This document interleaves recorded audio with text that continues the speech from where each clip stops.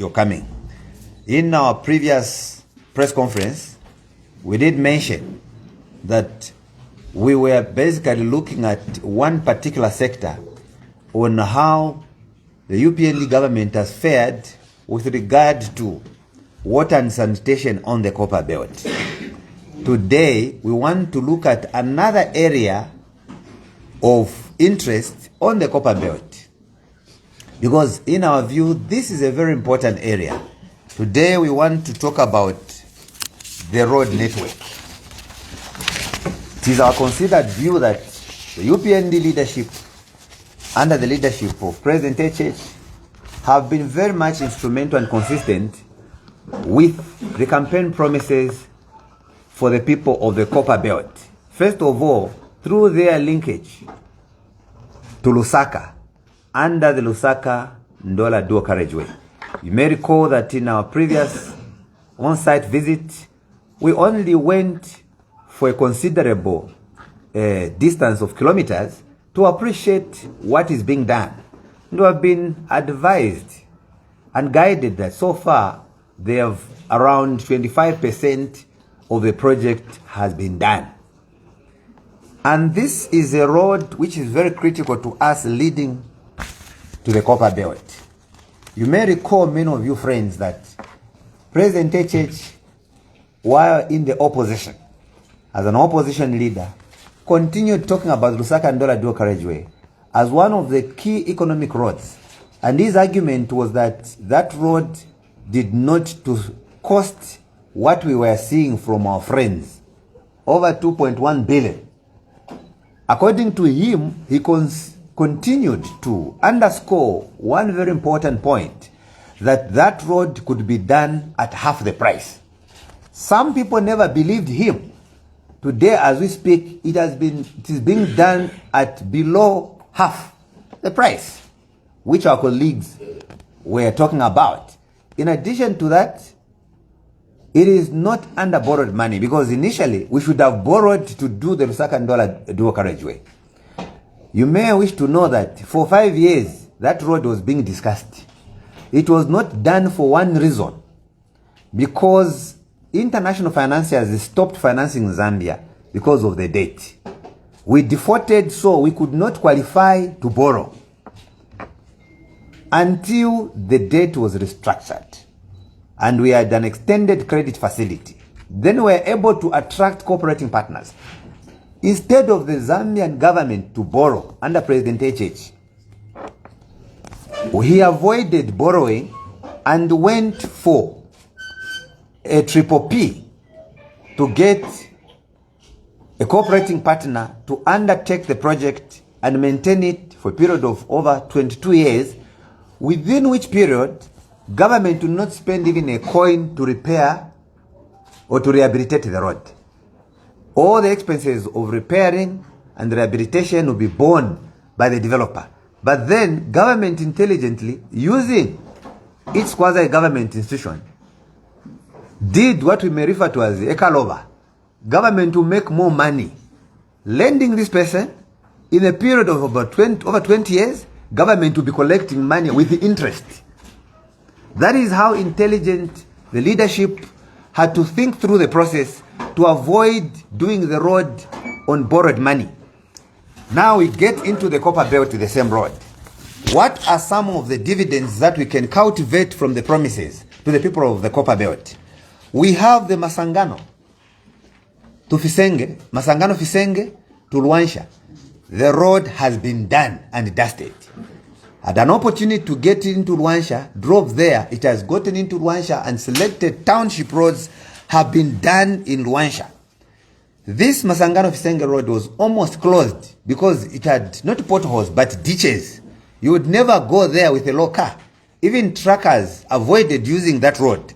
But it's a very economic road in the sense that when going, for example, to Luansha and Kitwe, you do not need to pass through Ndola. You can actually branch off there and it is shorter. Meaning the cost of the fuel that you use is reduced. That's what it means. And it's more convenient because you not have unnecessary traffic to get to those areas. You proceed through that particular road to Kitwe, Chingola, Chirilabombwe, you'd also get to other places like Kalulushi, Mufurila equally. So this road has been done. We are not talking about a type of leadership that had the tendency of always talking about groundbreaking ceremonies without commissioning anything. The next thing you heard was abandoning projects because they are overborrowed on the floor of Parliament. We are talking about a leadership that starts a project and you are seeing the project moving within a space of 3 years. About 2 years, 7 months, the road is done and commissioned. It's buried, and now they focus on other roads. So, this particular initiative has also attracted jobs because you know that when they are constructing roads, there are direct and indirect jobs. Some supply cement, who are Zambians, some supply gravel, others supply different stones, others supply bitumen, among other products that are required there. Others get contracts and they supply water bowsers, among other issues. Then that creates, in a way, employment. When these people get these contracts, they are taxpayers. It means they are also adding to the tax base of the country, which money is later on used to sustain free education, to also recruit teachers, to also recruit health workers, to also increase on the allocation towards the CEEC. That is how the government is operating. The next point that I want to bring out with regard to this particular area has to do with the initiative by the new Dawn administration to do selected township roads in Luansha. Within town center, pavers have been done. If you've been to Luansha of late, you'll be very glad to see the town you're having. Actually, for your record, this town even has Wi-Fi. We're not talking about the Wi-Fi you heard about in Katmatero. This is a reality, the only town on the Copperbelt with Wi-Fi. So, a total distance or stretch of about 36 kilometers is being done, and part of them done already within Luansha. The roads, township roads. So this is a long stretch. So we are basically talking about almost Lusaka Kafue. It's not a short stretch. So which, in our view, is a progressive undertaking that cannot go without talking about it. Some people have said, no, why are they talking about these things? Because it's their role to do it. If it is our role, why didn't others do it? It's because they had no plan. They ran out of money. They abandoned projects. They could not even talk about them. So an initiative has been put in place. I should further mention that away from Luansha, the same thing of doing township roads is being done in Ndola, Kitwe, Chingola, in all the towns on the Copperbelt. Later on, I'll explain how it is being done. KCM, which is back now, has also contributed 16 kilometers to CDF projects within the townships, which is also progressive, because that's what happens when you allow for foreign direct investment to thrive. There are all these benefits that come alongside it. Then we have Chingola, Chirilabombwe to Kasumbalesa. That stretch, that road, friends, was started by the UPND. It is done. I've heard people saying they've done nothing. They are only completing projects that were done by other people and they were abandoned. I'm giving you projects that we've started and they are done. Our friends abandoned them in a period of 5 years. We started these projects and they are done, already commissioned. And talking about the same area, government is now modernizing Kasumbalesa border. One of the key issues that are coming there is they want to make it a modern border and also do the lighting. You've seen how excited truckers are when you are leaving Chirilabombwe, for some of you that have been there. But remember what I said, we'll be visiting Copperbelt.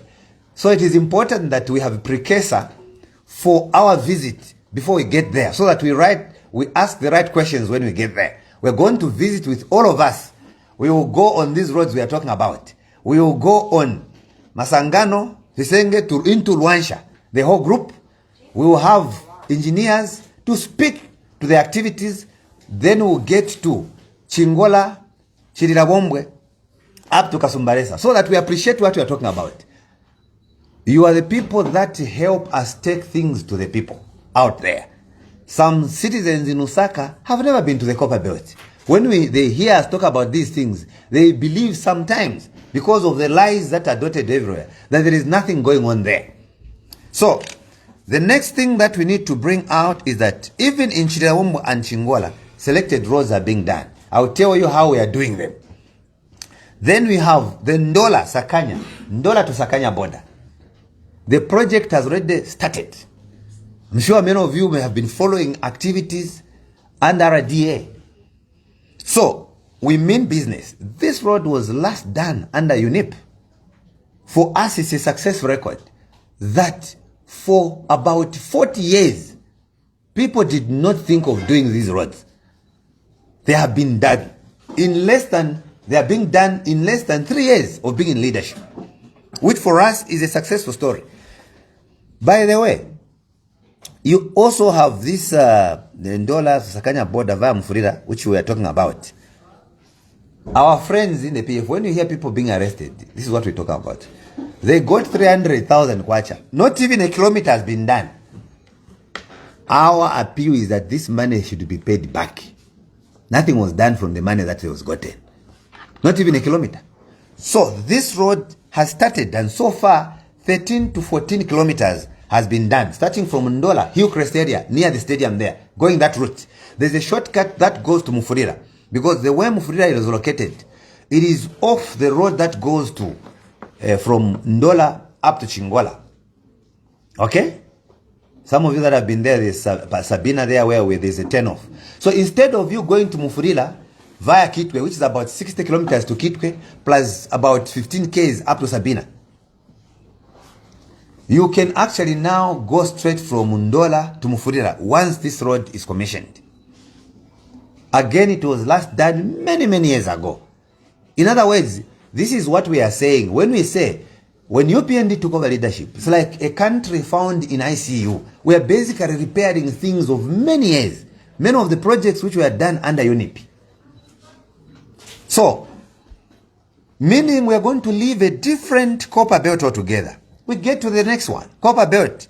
Mikambo. You heard of Mikambo border post? Yes. It will be upgraded. Modern border post, Sakanya border will be upgraded. Modern border post, Kasumbalesa, I already mentioned, to be upgraded. Then the other part of the road, the Shibuluma Road. Shibuluma Road, when you're coming from Chingola, those of you that understand Kitwe, there's a place called Nakadoli. On your left, where they do a lot of carpentry works. After crossing there, you find a roundabout, there are some traffic lights. There's a road which truckers use. It is a very key road that leads to Kalulushi. It goes round up to Mopani. Remember, Mopani mine sits in Kitwe and Mufurira. That area called Kitwe, Nkana West, there's a road that goes round, the Chiruma Road, coming back to join Ndola Road at the traffic lights near Nkana East there. That road is being done. It's a concrete road, ever concrete road, which engineers are telling us, because it's the ever concrete road, it has to last about 60 years. Because the first time we are having such an undertaking, and President H talked about concrete roads, because when you invest in them, you forget for many years to come. That road has been problematic. So to get your way through across the railway line to Kalulushi, that is a key road. Done. It is a 7 kilometers stretch. So this should be made very clear. The other one is the Kandabwe area, which will be addressed by the same road. The Kandabwe area is the area when you cross the railway line, as you are going along Kalulushi Road, you turn left. There is a gravel to your left where truckers use as a shortcut to go and join Ndola Road. Mostly people are attacked there. Even copper is stolen. So all that area is being catered for under this particular initiative. So for us, this is a successful story for the people of the Copperbelt and later on the people of Zambia. Because then it creates efficiency administrative directive to see to it that each, not jokes. You have also Mpongwe, Muchia Road, for those of you, because we are still on the Copperbelt. It is also being done by the UPND government not a project that was abandoned, but first time to be done. And a bridge was also be done, a very critical key bridge called the Muchia Bridge within the same area. The Rumpuma Road to Chief Rumpuma, you know, their traditional leaders there on the Copperbelt, is also being upgraded to bituminous standards. So that is a successful story for us, such that when we look back, we will be able to say, for a province that saw many of such projects under UNIP, they have now seen some relief that the once glorious province of this country, the only urban province you have, the whole country, is back. Many of you do not know that that's the only urban province you have, where you find almost all the towns are developed. At least they will talk about a mine. Okay? So, Kalengwa Road in Lufwanyama, it's being done under Triple P. When Triple P was first introduced, you heard noise from our friends, but it is paying off. You are seeing what is going on. In other words, government doesn't need to borrow money. Meaning, if it were our colleagues, I don't know how much could have been borrowed. So, I should end by indicating that we mean business on the Copperbelt insofar as infrastructure development, particularly the road network, is concerned. And we need to continue to encourage our president that these are activities that are visible for the people of the Copperbelt. I know, coming from there, I want to remind you that Copperbelt is a very unique place. When things are going on well, you would think they are not around. They are quiet. They are busy in the mines, sending documents, supplying, doing business. They are quiet. And that's how Copperbelt is composed of. What it is composed of. So I want to end by indicating that even the Ndola Kitwe Road, which was done by our colleagues fraudulently, at a high cost, borrowed money, is already gone. In fact, the road that they removed was stronger than what we have today. I'm sure many of you that have gone there will agree with me. So I end here. I thank you.